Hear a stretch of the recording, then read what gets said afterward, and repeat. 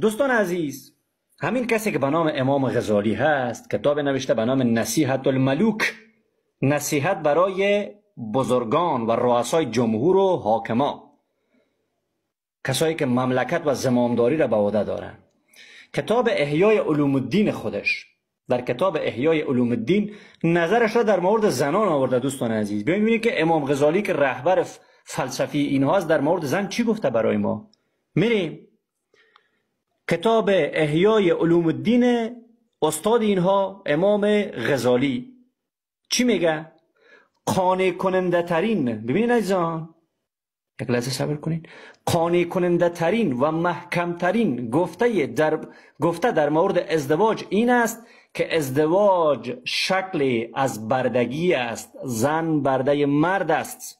این استادتان بوده که قرآن را میدانسته و بنابراین وظیفه و مسئولیت زن اطاعت مطلق از شوهر و پاسخگویی به هر خواست اوست. این سخن پیامبرتان هم بود، چنان که پیامبر خودش گفته بود زنی که به هنگام مرگ رضایت کامل شوهرش را برآورده باشد به بهشت می رود.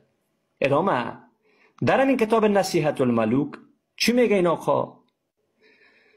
در بخشی از این کتاب زنان را به چند قسمت تقسیم میکنه.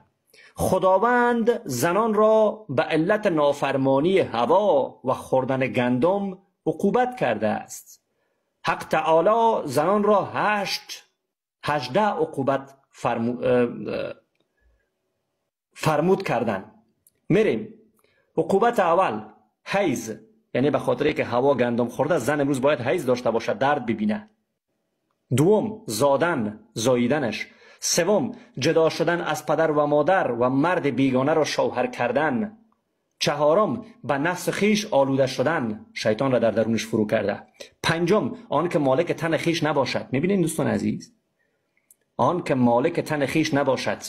ششم کمی میراث، خدا عقوبتش کرده. هفتم طلاق که به دست ایشان نگردد. هشتم آن که مرد را با 4 زن علال کرد و زن را با 1 شوی، عقوبتشان کرده. نهم آن که در خانه معتکف باشد، یعنی بیرون نرود، از خانه اجازه بیرون رفتن را نداره. دهم آن که در خانه سر پوشیده دارد. 11 آن که گواهی 2 زن برابر 1 مرد نهادند. 12 آن که از خانه بیرون نیارد مگر با کسی از محارمش. 13 آن که مردان را نماز عید و نماز آدینه یعنی جمعه و نماز جنازه بود و از زنان نیست.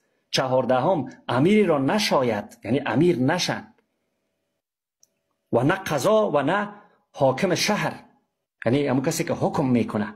15 آن که فضل را 1000 بهره هست و 1 بهره از آن زنان نبرند، یعنی فضیلت بر شما مردان از زنانتان فضیلت ندارن، بی عقل هستن. اینا کسی که گفتین غزالی این استادتان غزالی است، زنان را از قرآن شناخته.